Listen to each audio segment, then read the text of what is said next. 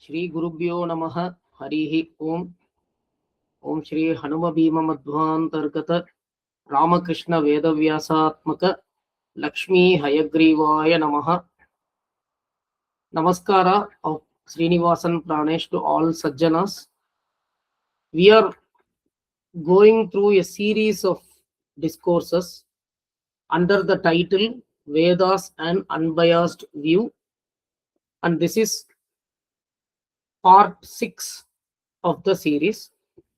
So in the previous part, we went through the concepts like what is true cognition or true knowledge, what is doubt, what are all the factors that could cause doubt, what is meant by error, and what are the various theories of error as per different philosophies. And we took an example of seashell and silver to discuss about the various theories of error. That is how different philosophies deals with the theories of error.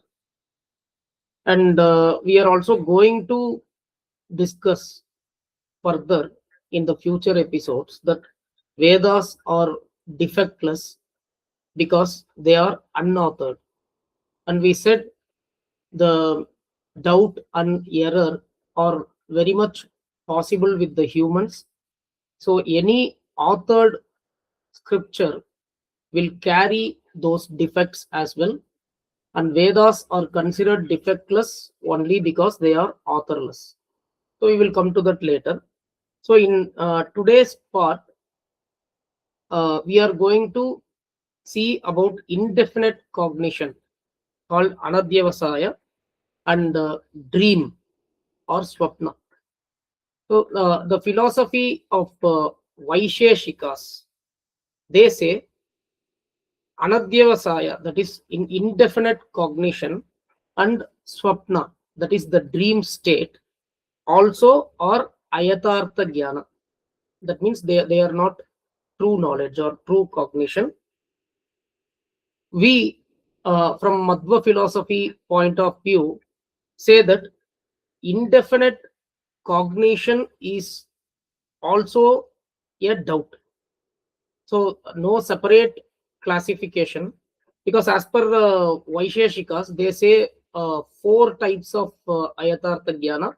One is the doubt, and the other one is the viparyaya or the error, which we already went through. Apart from that, they give 2 more types, which is Adhyavasāya, that is indefinite cognition, and swapna. So we are going to discuss about these 2 additional types, whether these are really required and are as understood by Vaisheshikas only. So indefinite cognition is also classified under doubt by Madhva philosophers. So they explain it with an example again. The subject is a bit complicated. That is why we take a lot of examples as given by the author himself. That is the author of Pramana Paddhati. And we discuss with the help of those examples so people can understand it better. So let us say a person enters into a garden or a forest area where we have dense trees. There are several trees, and all these have a common property, right? What is required for a doubt? Common property is required. So all these trees have common property. What is that common property? Being a tree. That is common to all the trees. But all the trees are not same. There are different trees there. And among the several unknown trees, we don't know what they are. And we raise a question ourselves on what is this type of tree. There are several unknown trees there. So such a situation is called Adhyavasāya or indefinite cognition. So in the doubt, there are 2 types. One is Nirdishta Kotika and the other one is Anirdishta Kotika. Nirdishta Kotika means there are 2 objects. One is the subject of doubt and the other one is its alternative. And we get a doubt. among these two, which one is correct, this or that. So this is a kind of doubt. And in Anirdishta Kotika, there are several unknown, and among the several unknown, we get a doubt on what a particular thing is about. Anyway, this can be very well classified under the doubt, and there is no separate classification required apart from the doubt and error under Ayatartha Jnana. That is the opinion of Madhva philosophy. And let us say, in case in the forest, there are several trees, and if all trees except one are known by the person who cognizes, and let us say that that unknown tree is a jackfruit tree. For example, it's a jackfruit tree, and the person doesn't know it is a jackfruit tree, whereas he knows all other types of trees in that area, that forest area. So in this case, there is no doubt at all, because to have a doubt, we need two things of common property, and both we are unsure about both. Am I right? So in this case, all trees are known except one kind of tree, which is a jackfruit tree as per our example. And in this case, it is to be treated as jigyasa, that is the desire to know the name of tree, and it is not a doubt situation or a knowledge situation at all. So we say Anadhyavasāya, a classification named Anadhyavasāya as a separate title is unnecessary, because this also can be classified under the doubt. Thereby, the Madhva philosophers refute a separate classification given by the Vaisheshika school. Next, coming to the dream, Vaisheshikas say that the dream is not true cognition, but Madhva philosophers, Sri Madhvacharya says, dream is really true. The objects seen in the dream are true, and it's a true cognition only. This is based on the impressions in the mind stored from time immemorial, based on the happenings in the past several births. And so it is the objects in the dream are true cognition only, but it appears like an illusion when we actually compare these objects that appear in the dream with the real life object, right? So we are trying to sleep and we get a dream. Suddenly we wake up and see the real world around us, and we think the dream is illusion. It is not so. In the dream, a small creation and destruction happens, and the dream is under the control of God. This is Madhva philosophy. And the basis of these dreams is the impressions in the mind, as we discussed already, which is stored in our mind in past several births from time immemorial. And this should not be compared with the external objects like to like. If we do so, then it will appear like illusion. But the dream is not an illusion. It is a true cognition. There is a special topic in Brahma Sutras authored by Sri Krishna Dvaipayana Vedavyasa Deva, who is Sakshat Mahavishnu, an incarnation of Mahavishnu. So in the Brahma Sutras, in the third Adhyaya, second Pada, that is Bhakti Pada, there is a separate title known as Sandhyadikarana. So in this Sandhyadikarana, Sri Vedavyasa discusses about the dream, and he also proves that the dream is also controlled by God, and the souls are all propelled in the dream. So why is it called a Sandhyadikarana? Because Sandhya means it is between two things. Say for example, we do morning Sandhya Vandana during the noon, and Sandhya Vandana during the evening time. So in the morning time, if we see, it is the junction between the darkness and the light. That means between 4:30 to 6. So there is a slight appearance of the sun rays, but the sun is not clearly visible. So this period is called Arunodaya and Sandhya Kala. Similarly, in the afternoon and the evening. So similar to that, the dream state is between the conscious state and the deep sleep state. That is the junction between the two. And so that is called as Sandhyadikarana. This is dream is called Sandhya. As popularly known, all souls go through three states of consciousness. One is the fully conscious state, where we are awake, we see this world, we experience this world. The next one is the dream state. This is between the waking state and the sleep state. So here some objects appear, the external senses go to the sleep, but the mind is awake, and the impressions stored in the mind is used to produce the dream objects and the experiences. And the third state is the deep sleep state. So in this state also we get some experience. Actually, we are in deep sleep, we do not experience many things, but we get one experience, that I am having a deep sleep. That is why the next day morning we are able to say that I had a good sleep, isn't it? So that is based on our experience. So we get experience in all the three states, and all the three states are true. As Sri Raghavendra Swami says in his Sarva Samarpana Gadya, Jagrat Swapna Shushukyakya Avastha Traya Niyamaka.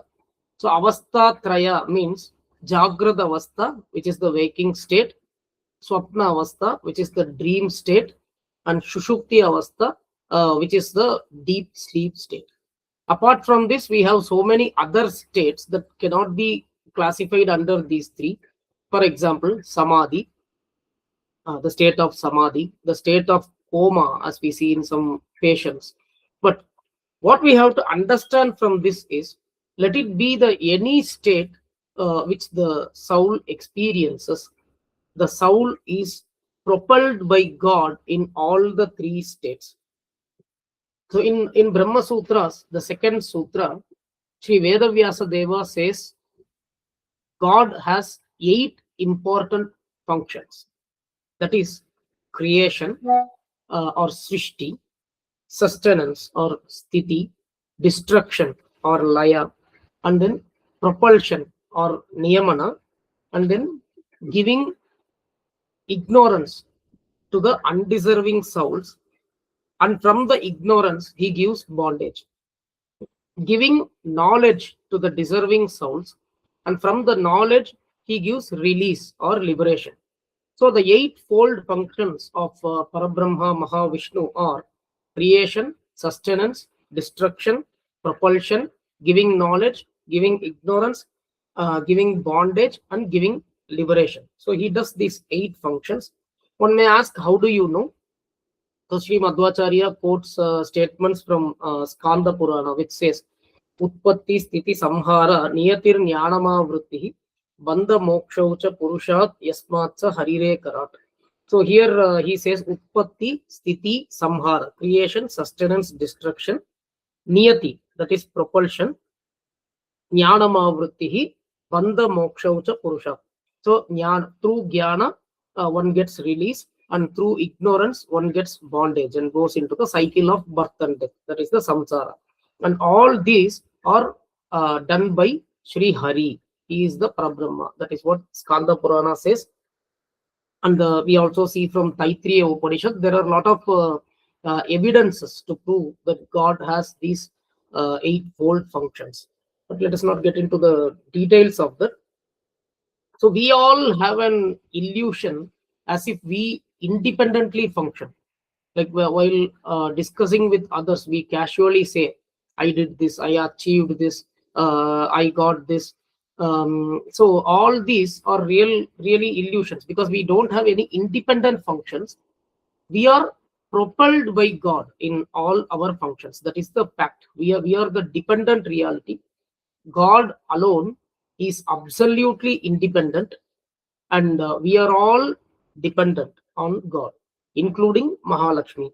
So we all have an illusion that we do independent functions, but it is not so. We are propelled by God. And the same thing happens in the dream state also, as we are propelled in the conscious state.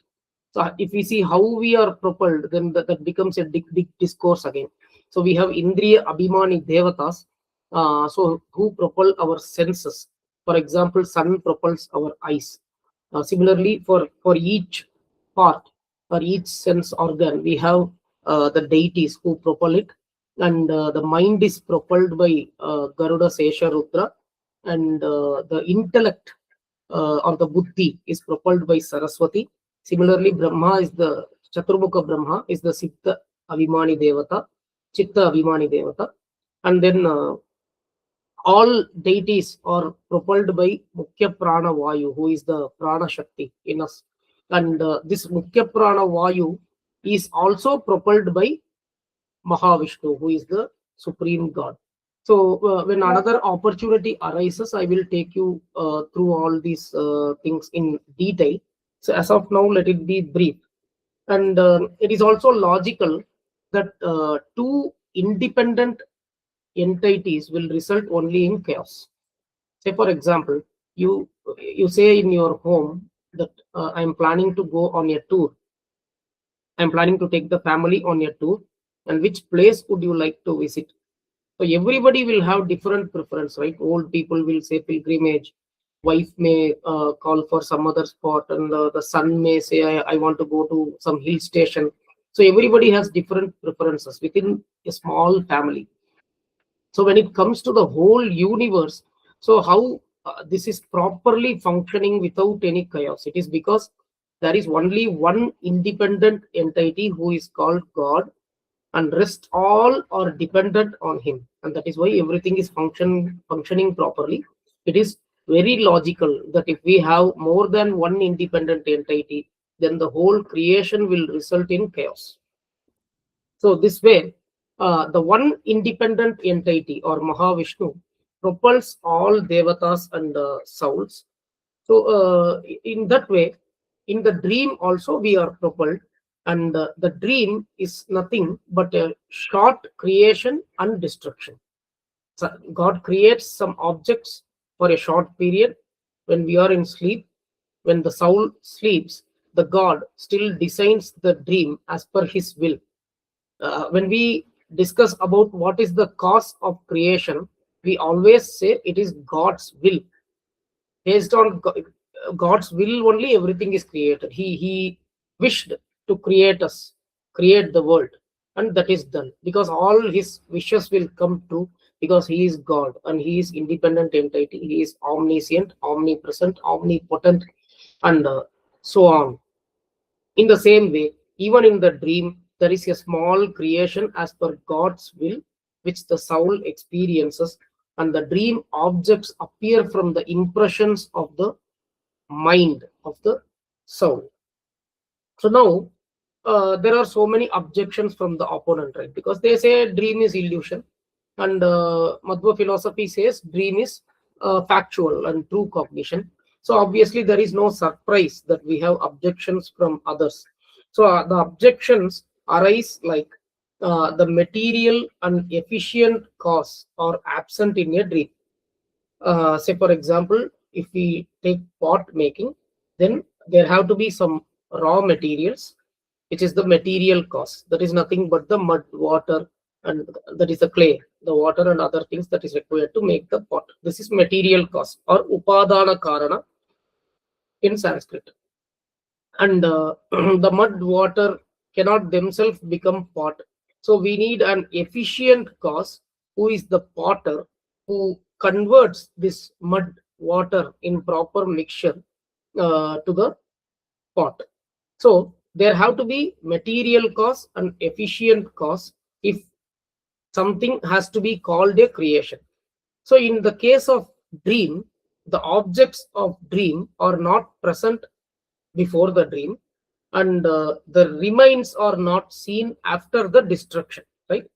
For any creation, the raw material should be present before the creation, and once the creation is done, sustained and destroyed at some point of time, so the remains of the destruction should be present.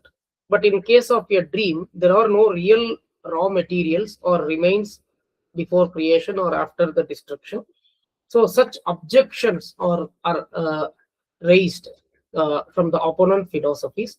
And in the succeeding part, let us see how these objections are answered by Sri Vedavyasa Deva, and also by Madhva philosophy following Sri Vedavyasa Deva as such.